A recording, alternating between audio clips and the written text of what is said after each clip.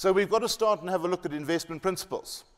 And we've got to say, post-tax interest is now below the inflation rate. CGT rates have increased, dividend tax has increased, and you can solve these problems using the modern-day tax haven. That's a retirement fund. So Mark Cowley and I made a little demonstration and a little Excel app where you can work this out for yourself.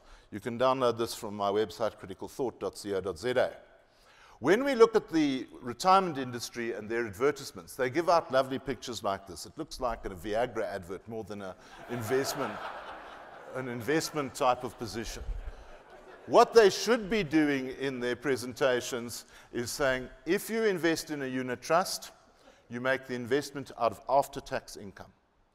Interest's going to get hit at up to 40%. You're going to pay 15% flat rate dividends tax and CGT at 13.3.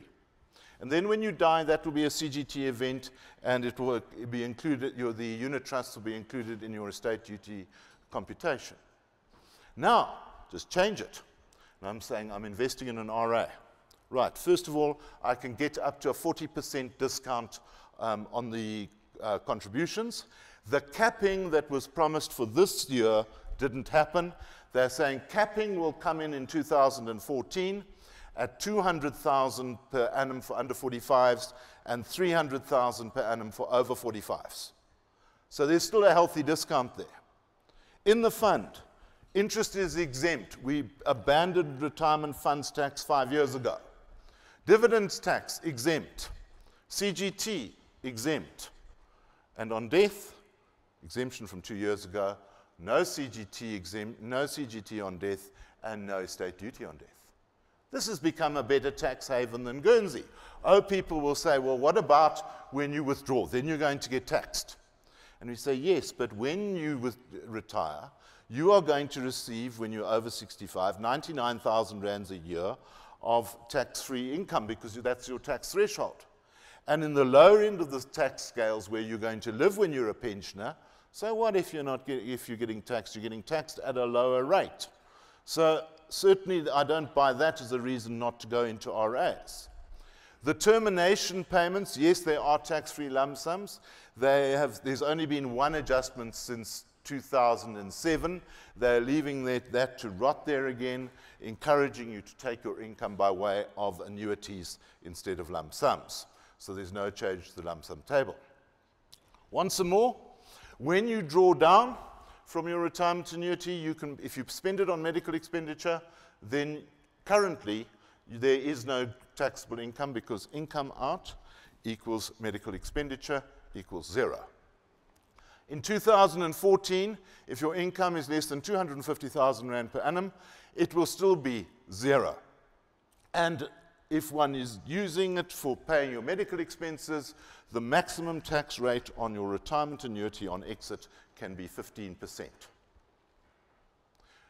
So do a calculation. Here's a little Excel app you can download. Say, this is Matthew Lester's retirement plan. I want to retire when I'm 65. I turned 50 last year. 10,000 I can save per month, and I'm going to put 75% into equities, which is the maximum that you're allowed to. I'm going to say my savings will increase by the inflation rate every year, and my interest rate will be equivalent to the inflation rate. You can change all these probabilities in the spreadsheet. I'm presuming equities will grow at 3% above the inflation rate, and that the dividend yield relative to inflation will be 3% below it. Apply a 6% inflation factor, which is where we are at the moment, and a 40% tax rate. The numbers are staggering. A unit trust after 15 years on those assumptions would be worth 1.8 million. But because of the tax saving when you entered the scheme, reinvested, plus the tax exemptions across the board while you have the retirement annuity fund across the next 15 years, your fund will be worth 3.1 million in the same investments 15 years later. 1.3 million Rand incentive to go towards a pension provident or retirement annuity fund. These are the new tax havens of the future. So, download the spreadsheet and the instructional video and get playing. There's work to be done.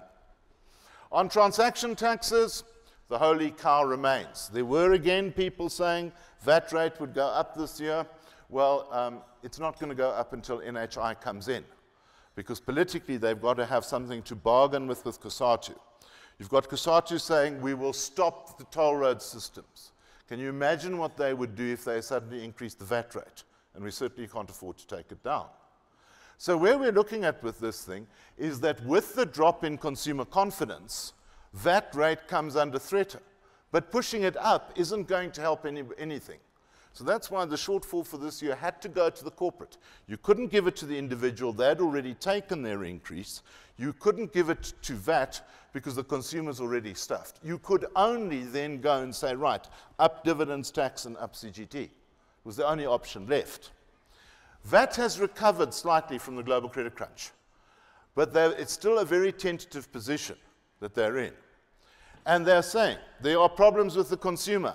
Household consumption is weak. And they say we are overborrowed. The national household debt is 75% of GDP, and household service costs are 14% of GDP. And they say that's the official reason. Now I look at that and I say, but hang on, I'm not worried about that. I've had those debt levels for years. My problems in going ahead, my unofficial explanation for the lack of consumer confidence is the National Credit Act says I can't borrow anymore. The fuel price went up 30% last year. Electricity went up 30%. My rates and taxes went up, God knows what else. And education bills are just coming out of my ears. Where's the extra money to go shopping at the mall and spend money on VAT? It's simply not there. So that's why the VAT rate stays where it is. But something to celebrate from yesterday is fuel prices. Because I was terrified on this. A year ago, the price of a barrel of crude was sitting at $6.50. By budget day yesterday, we were over at 900 rands a barrel. That's up a third in a year. And when Maria Ramos was head of National Treasury, her line on it was, well, the fuel, 35% of the fuel price must be tax. And if they adjusted towards that yesterday, they could have been well justified in doing that. They could have said, this is a carbon tax. The Gautengers will not pay for their toll roads, so we've got to put it on fuel. And they resisted that temptation. Because the fuel levy increase last year went up to R2.61 for fuel and R2.47 for diesel. That was about 20 cents. The total increase yesterday was only 28 cents in this environment, taking it up to R2.89 and R2.75. Okay, that will take taxes on fuel from 37 billion rand a year to 42 billion rand a year. A handy 5 billion to have. But politically, they could have easily gone 50 cents a litre yesterday, and that would have really been a good bit of sport. So we were very lucky with that one. Well, of course, beer drinkers, well, there's no sympathy with them. And what we got yesterday was that the price of the sin tax in a can of beer went over R1 yesterday, up 9 cents excluding VAT. So your full tax price in a can of beer is over R1.20 now every time you open a castle. But they didn't take their frustration out on beer yesterday. That only went up by about 10%. Spirits were at 29 Rand a bottle last year, and for some reason, 20% increase, 7 Rand per bottle, taking the tax component up to 36 Rand a bottle from 29 last year. I don't know where they suddenly get a 20% increase from. It's going to fill quite a few potholes, that one. And then they let the smokers off the hook. Because last year, cigarettes went up by 80 cents per pack to 9.74 sin tax per pack. This year, only 58 cents to 10.32. But we're still looking at about 15 rands a packet of cigarettes, pure tax. Unfortunately, we smoke 20 billion cigarettes a year in South Africa. Divide that by 20, it's 1 billion packs. At an additional 58 cents a pack, that's only 580 million rand. It's not even 1 billion, so we can't smoke enough to solve South Africa's problems. We never will. Calculate it, frighten it, take it home, show this to people. Take a person who's 65, smokes 30 a day from age 18 at 34 Rand a packet, has 2 crates of beer a week at 35 Rand a 6-pack, 30 tots of spirits at 100 Rand and 2 bottles of wine. age currently 30. Already that person has spent 223,000 rand in today's terms on cigarettes, 174,000 on beer, 20,000 each on spirits and wine. That's only to get him to 30. Between now and retirement, it'll go further. He'll spend another 651,000 on cigarettes, 509,000 on beer, and then a little bit more on spirits and wine. But then in retirement, that's where you really have to drink. There's nothing else to do. So what we have to do then is get to put away for my retirement in dirty habits alone, 465,000 for cigarettes, 364,000 for booze, for beers, 97,000 for scotch, and 78,000 for wine. Another million rand. So those dirty habits unchecked over a lifetime, in today's terms, cash on the table will cost you 2.8 million. That's the price of a house or a good sports car. And what we're trying to do in this model is to say to you, have a calculation, have a go at it. Download it from the website and use it and play with it and frighten your friends. On the residential property front, transfer duty, well, the whole property market has fallen away. Last year, they tried to stimulate the market by giving us the biggest transfer duty reduction we've ever had. That's remained unchanged. And it wouldn't have achieved anything. Transfer duty is now half of what it was 5 years ago, and that's a major loss that the cigarettes and drinks can't get back. One thing I wasn't expecting yesterday, but I suppose it goes hand in hand with the CGT increase, is that the primary residence allowance has been increased from 1.5 million to 2 million rand. So there's a little bit of good news, but transfer duty very much falling away and out of favor. On estate duty, so the estate duty comp goes as follows. Dad gets 3.5 million tax-free, so does mom, equals 7 million estate duty abatement. 2 years ago, they said they were going to look at that, and I was hoping that with the increase in CGT rate, they'd finally abolish estate duty. But they haven't ever mentioned it again. What they have done is the death exemption on CGT, currently at 200,000 rand per taxpayer, has been increased to 300,000 per taxpayer, or 600,000 from a family.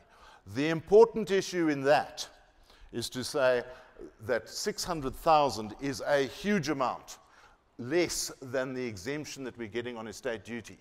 And your exposure to capital gains tax on death is probably as big as your exposure to estate duty. And that's something that's got to be considered. It's not just estate duty all the way. Right, bored you enough. The road ahead.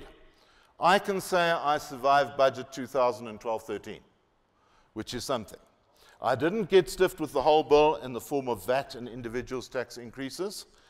And basically, we've got an about shift with Pravin Gordhan that he said the companies have to pick up the slack, and this is the first time that they've had to do it since 2005. It could have been a whole lot worse. A couple of weeks ago, SARS officials were using words like austerity budget, and some people thought, well, that's a little bit frightening. Where are we going with this and that, and what could happen to us, and woe is me, and all that stuff. But that didn't happen. There's a lot of work to be done. We need to unpack this issue of CGT working with dividend tax in all our corporate strategies. Is it worth selling something and paying a dividend if 32% of it's going to disappear in the tax line? And is it not better to rather reinvest? Or is it better to sell with a capital gain and have a scrip issue, which is at least get rid of the dividend tax? There's a lot of work to be done on this. But tax has changed. My first lecture was, Latikon was a wine farmer. I've seen that 1,000 times, okay? The very first tax case that you ever look at. And we look at this thing and we say, well, it's all changed. It's not about running off to Bloemfontein and getting stuffed up by Carol Lewis. It's rather a question of saying, I've got to accept that all income is taxable in one form or another. And that I've got to concentrate on maximizing the difference between corporates, trusts, pension funds, retirement annuity funds, provident funds, and even working in my own name. Pravin Gordhan has turned the world on his head And if we were rewriting it all, we should say Latercon was a member of a pension fund, rather, and that would be more relevant today than studying the tax cases for the tiny arbitrages that still exist. There are still opportunities in it. I cannot believe that they have made such a generous package to retirement funds. It's something we've needed for years. We've gone an about turn from the days of Michael Katz of taxing retirement funds to a position today where that's your tax haven of the future. But finally, spare a thought for others who had it tough in the budget yesterday. Yes, we might be paying more income tax. We might be paying more corporate tax. But 2 million old age pensioners yesterday got their monthly grant increased by only 60 Rand per month to 1,200 Rand per month. Many have got to support a family on that. The plus 75 old age grant has gone up to 1,220. And the child grant has been increased to 280 Rands per month for 11.7 million children. This takes up only 10% of the budget. And I don't see that that amount of additional grant is going to go a long way if one looks at the predicted fuel price increases, electricity price increases, and general inflation of the next year. So although some people say that yesterday they had a tough budget because they're an individual and a smoker and a taxpayer, I think one needs to have a look at it and say there are 15 million people on grants, and they certainly didn't have a great day of it yesterday. Thank you very much.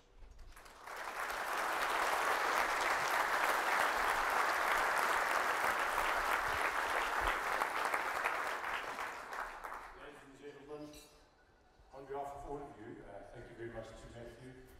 22nd year was very good. Matthew's like a bottle of good red wine.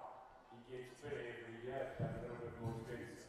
On behalf of all of us, thank you for being here. I hope you enjoyed it. Please remember to select